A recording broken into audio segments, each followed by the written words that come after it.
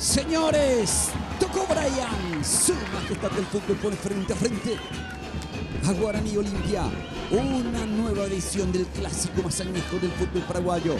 La tiene Olmedo, pasó Olmedo, la tiene Prato. Le dio a Olmedo, Olmedo la cruzó dentro del área. Brian, el zurdazo que sale muy abierto. De inicio, llegó Olimpia con sensación de gol.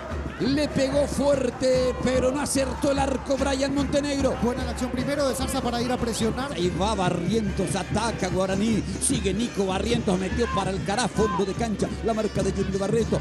Sigue Adrián Alcaraz, tocó para Piñatares, pide Prieto, Piñatares, ¡tira! Olveira, buen intento del uruguayo. Córner, va al centro, se va al arriba, golpe de cabeza, en el palo. Susto, insiste Zabala, punta, le pegó, potente, pero afuera.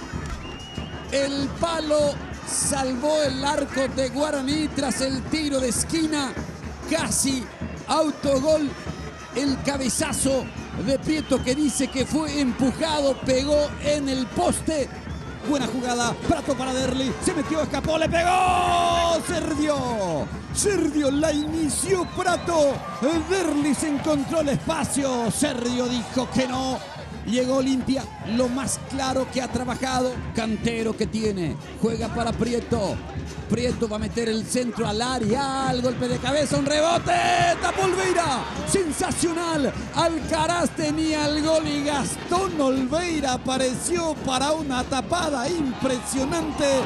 Los de Guaraní se levantaban para cantar el gol. Capazo que levanta para Prato. Prato la bajó Derlis acaba de perderse un gol poco creíble. Prato Brian. Le bajó de manera excepcional a Brian Montenegro y Montenegro remató por encima del travesaño. ¡Qué bien bajó Prato! Pelota de gol, fue asistencia de Prato para Brian y le pegó de derecha Brian por encima del travesaño. Barreto, Olmedo, y ganó Prieto para el gol, Prieto tiró, tapó el arquero, tapó Olveira, córner. El más picante, el incisivo, otra vez Richard Prieto por izquierda. Recupera Guaraní la pelota y ahí Martínez le pega. Olveira la sacó al córner. Buen remate de Roberto Matías. Y sorpresivo porque le queda cerquita del pie derecho. Control. Prieto la filtró. Gira Martínez dentro del área. Martínez.